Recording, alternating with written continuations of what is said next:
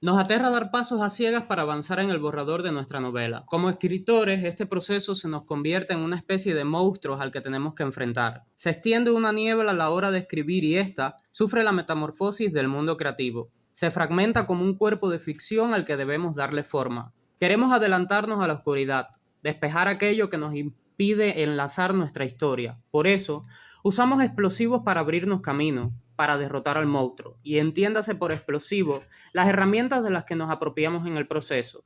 En el club Si te gusta la oscuridad escribe, entrevistaremos a Thalía Ricardo Castro, a quien le estamos agradecidos por compartir su experiencia en la creación literaria, ayudándonos a no dejar nuestra página en blanco.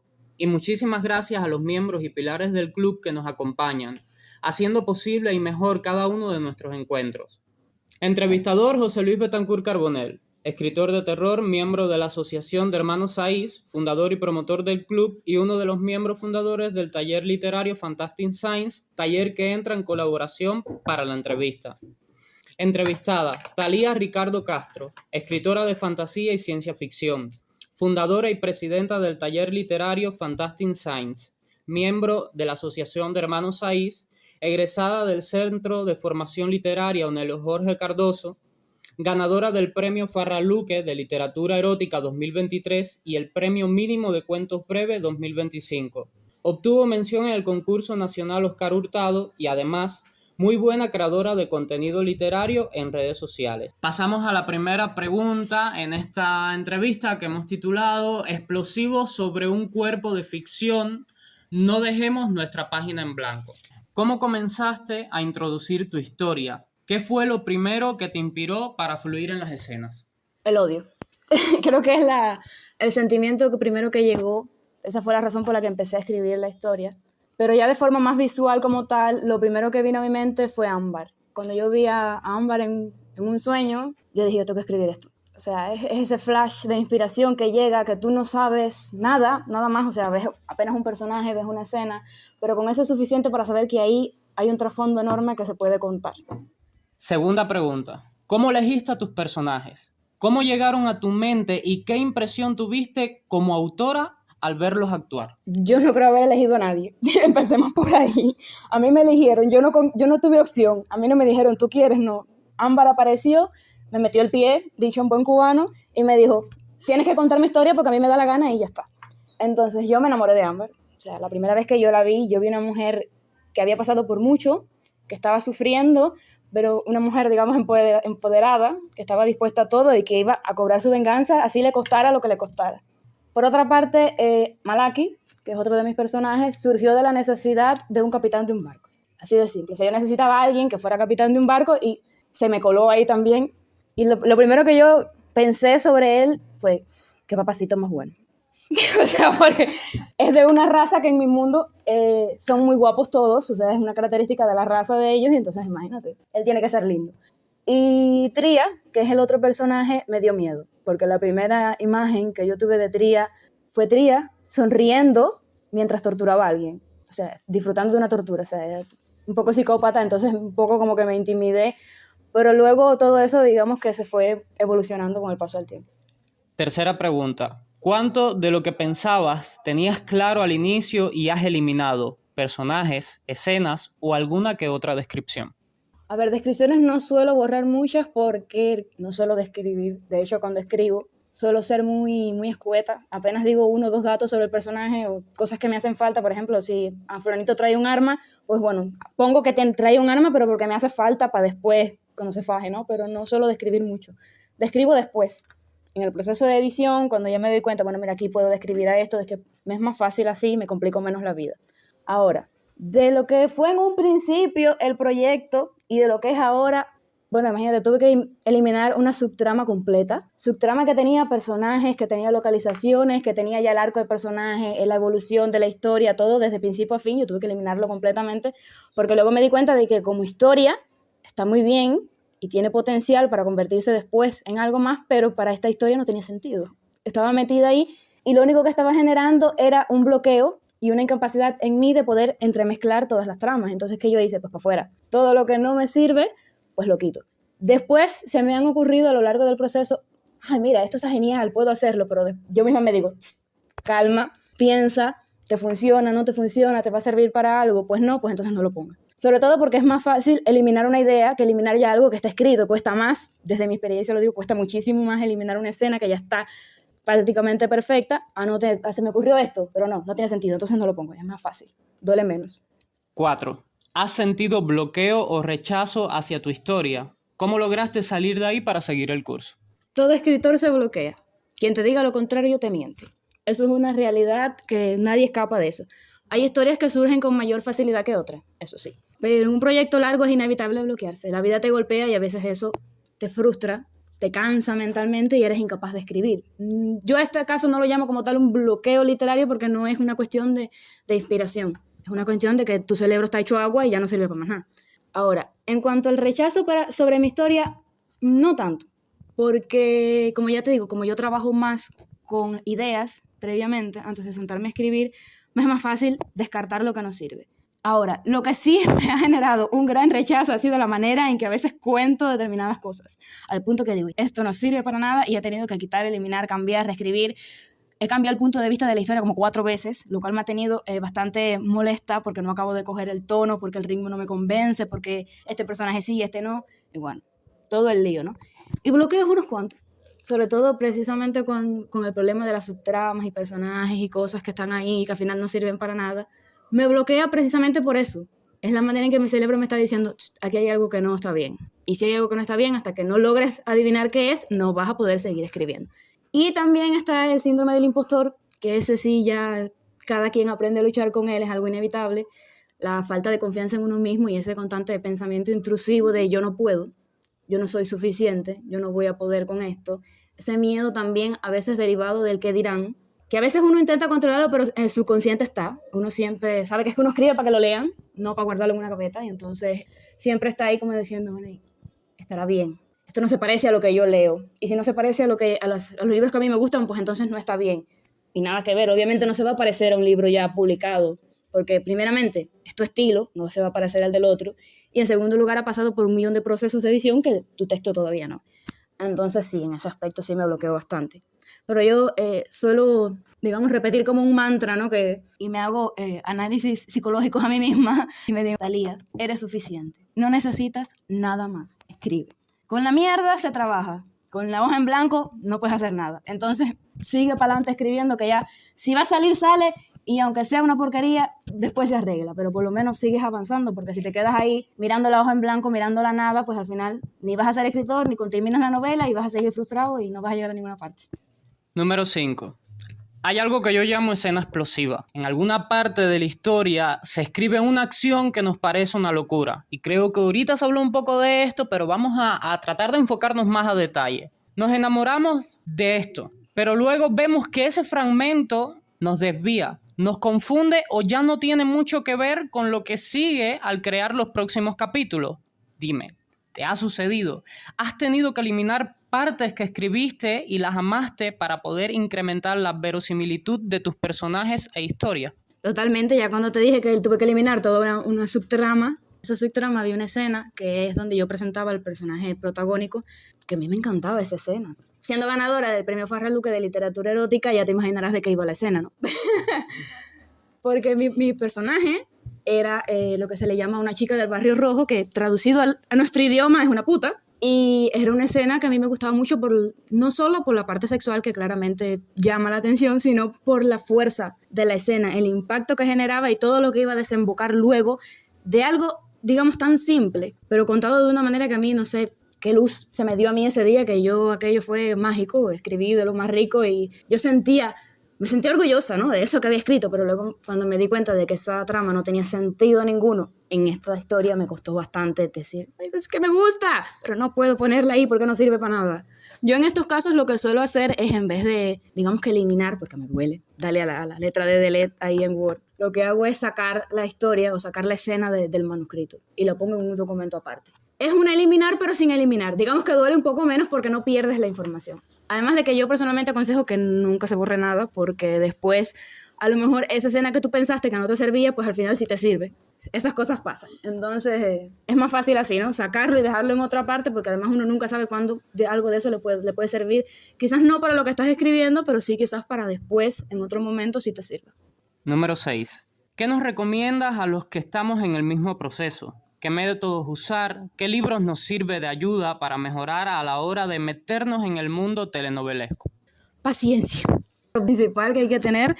Los escritores por lo general suelen empezar a escribir cuentos. Y es ventajoso porque te ayuda a empezar a cogerle la práctica. Pero también tiene una gran desventaja. Que los cuentos son como las redes sociales. Tiene ese efecto de satisfacción inmediata. Cuando escribes una novela, que no son 2, 3 páginas, son muchas páginas, muchas horas de trabajo, muchas horas de mirar la página en blanco pensando no en la historia, sino en otras cosas, en las ideas, en organizar tramas y toda la cosa, lleva mucho más tiempo. Una historia no se escribe en 2 días, se tardan años. Y entonces esa frustración de decir no llego, no puedo, no la acabo, por esa desesperación de uno de que yo quiero ya llegar al final, a uno le gustaría tener la idea de que el libro mágicamente apareciera en Word, a quien no, pero hay que escribir y lleva su tiempo y entonces hay que tener paciencia para ir poco a poco planificando y haciendo cosas.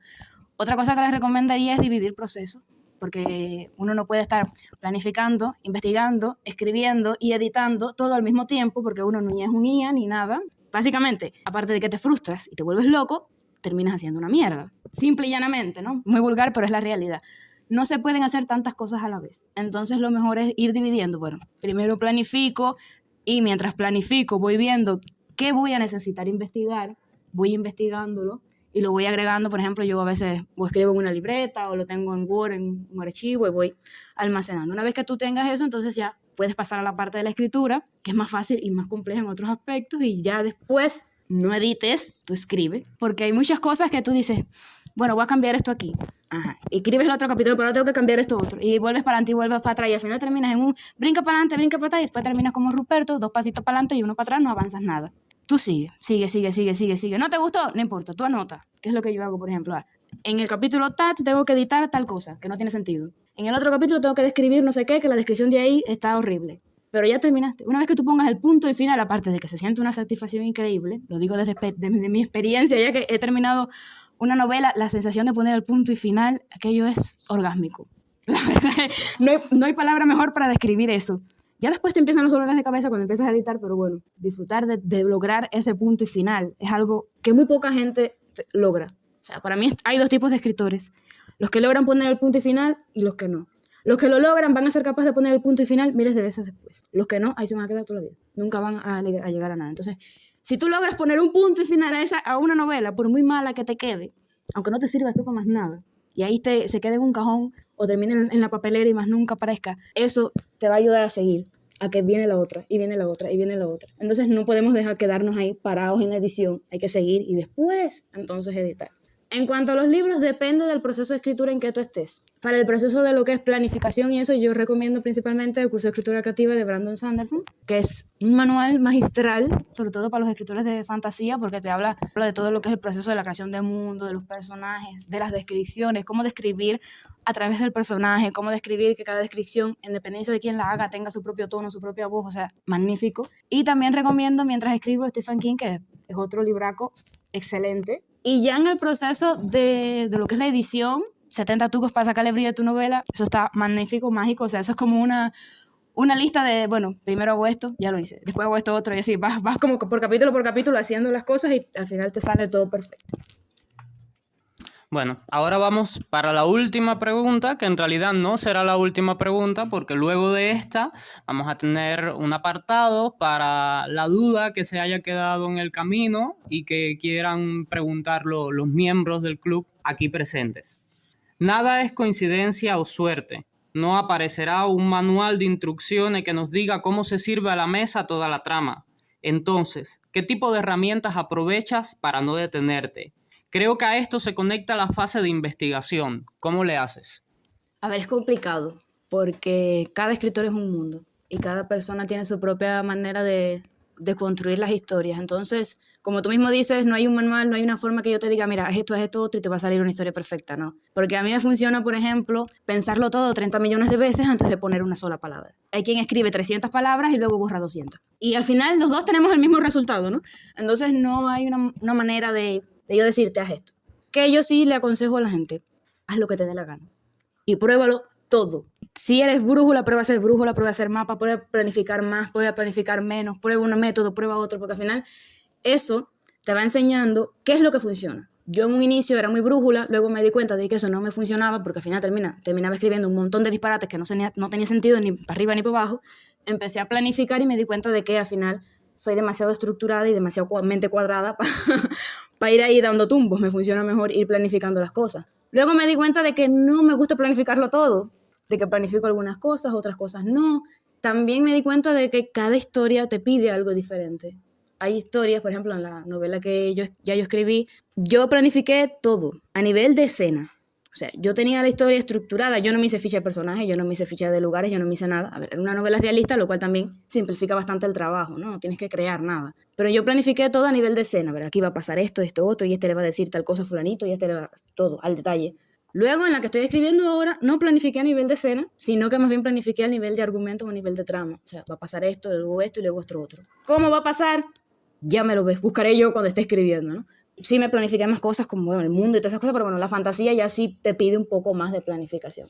Entonces eso, cada quien tiene su proceso, toma tiempo, como todo, hay que tener paciencia. No, uno no descubre su proceso de hoy para mañana ni escribiendo una novela, porque uno varía mucho no solo a nivel literario y de conocimiento, sino cuando uno madura como persona y después uno genera ciertos automatismos que ya no te hace falta, a lo mejor te brincas un paso, a lo mejor haces las cosas de manera diferente porque te funciona mejor. Entonces, calma, ir probando poco a poco, no desesperarse, paciencia como con todo, y poco a poco ir probando y ver qué te funciona. Perfecto, muchísimas gracias de verdad. Y esto nos ayuda a tener seguridad y no seguridad de decir lo vas a hacer perfecto, sino estoy haciendo el trabajo. Entonces pasamos ahora a las dudas que surjan. Pueden compartir parte del proceso creativo que están haciendo ahora mismo. Ale. Recalcar el tema de editar mientras uno escribe, que es algo incorrecto, porque es como ponerse frenos. Y yo digo que la historia hay que dejarla ser, ¿sabes? Hay que dejar que todo fluya y ya la edición simplemente es un proceso, o sea, parte de lo que es escribir. Pienso que es importante tener eso en cuenta. Bueno, en mi caso, yo estoy escribiendo una novela. No es la primera, pero para mí sí, porque todo lo que he escrito antes es una mierda. Yo tenía una novela ahí media romanticona y que era una porquería. Pero pienso que esta es la que realmente me he tomado en serio. Es mi novela de que yo he dicho, quiero hacer esto por esto, que he planificado parte del mundo, que he hecho fichas de personajes, ya tomándomelo más de un modo profesional. Y creo que es muy importante algo que decía Thalía sobre mientras escribes no editas, porque yo tengo ese problema. Yo soy maniática y según voy escribiendo, lo hago mucho en el cuento, según voy escribiendo edito. Y con el cuento me ha funcionado, pero con la novela sé que no. Entonces, cada cual busque su proceso, pero sí hay que tener en cuenta ciertas cosas. Yo, al igual que la presidenta, Thalía, yo empecé siendo una escritora brújula, pero tampoco me funcionó. Así que sentí que necesitaba planificar, porque si no, no tendría ningún tipo de sentido que todo saliera medio que disparatado. Si bien es cierto que el primer borrador nunca es perfecto, por lo menos trata de hacer las cosas un poco bien. Bueno, yo sí quiero contar un poco mi experiencia diciendo que no nos podemos castigar por estar escribiendo nuestro borrador, estar creando o imaginar que estamos creando la obra que va a cambiar el mundo. No. Debemos sentirnos bien con lo que estamos escribiendo mientras tomamos de estas herramientas para ir superándonos cada vez más. Pero a lo que voy es que el primer borrador que nosotros hagamos no es el definitivo. Gracias a las críticas constructivas que he tenido de Thalía y de María, he podido, cuando yo terminé mi primer borrador, he podido ver que en realidad es cuando comencé a escribir mi novela. Cuando mis personajes tuvieron un tono más serio, cuando otros tantos personajes quedaron fuera de la historia, otras tantas escenas, como ahorita Thalía dijo, no me funcionaban para el nuevo tono que tomó la narración. Así que solamente hay que seguir aprendiendo y seguir escribiendo. De verdad ha sido un placer, Thalía. Muchísimas gracias por todos los consejos que estoy seguro que nos ayudarán.